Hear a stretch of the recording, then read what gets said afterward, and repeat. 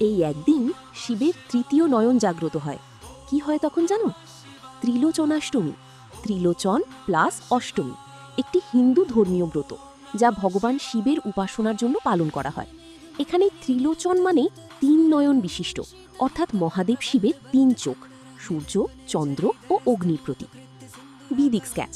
ত্রিলোচনাষ্টমী কি? ত্রিলোচনাষ্টমী হল এমন একটি পবিত্র তিথি যা প্রতি মাসের কৃষ্ণ বা শুক্লপক্ষের অষ্টমীতে, অষ্টমী তিথি, শিবের উদ্দেশ্যে পালিত হয়। এই দিনে ভক্তরা শিবের তৃতীয় নয়নের শক্তিকে স্মরণ করে উপাসনা করেন। কেন পালন করা হয়?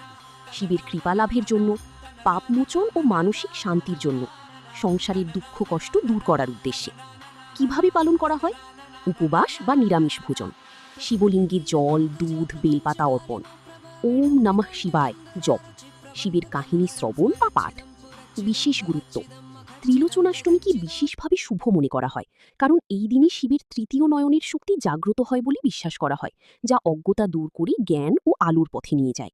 ভিডিওটি ভালো লাগলে একটি লাইক করো আর এক্ষুনি চ্যানেলটি সাবস্ক্রাইব করো এরকম ভিডিও প্রত্যেক দিন দেখার জন্য। ধন্যবাদ।